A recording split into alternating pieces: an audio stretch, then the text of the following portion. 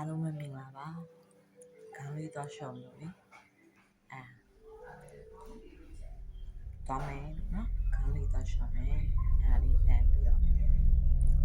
vlog လေးတင်လို့လိုက်ခဲ့ပါဦးခေါင်းလေးသွားရှော့မယ်နော်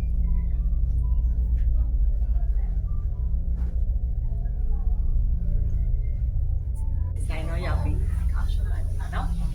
အောက်တနားလေးလေကြာ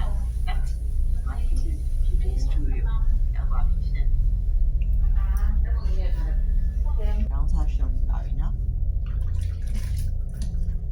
ကောင်းပါဒီမှာဆိုးတာတော့အယောင်လေးကအရင်ကျွတ်အယောင်ကြီးဖြစ်ရှော်ရီလူလည်းလက်စီဖြစ်ရေးနေပြီးတော့ရှင်ပုံလေးထပ်ပြမယ်နော်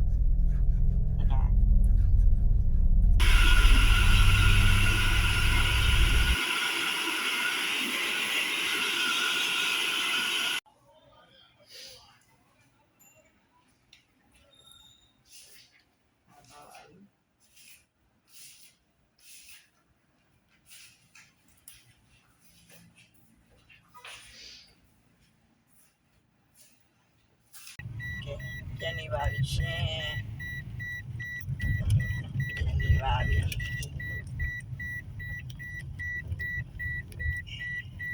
ါပြီနော်စိတ်ကူနေမှာဆိုတော့ဒီနည်းနည်းလေးနောက်ကျသွားတယ်ဒီပါလေးလုပ်လဲဆိုတော့ခေါင်းလျှော့တယ်ပြီး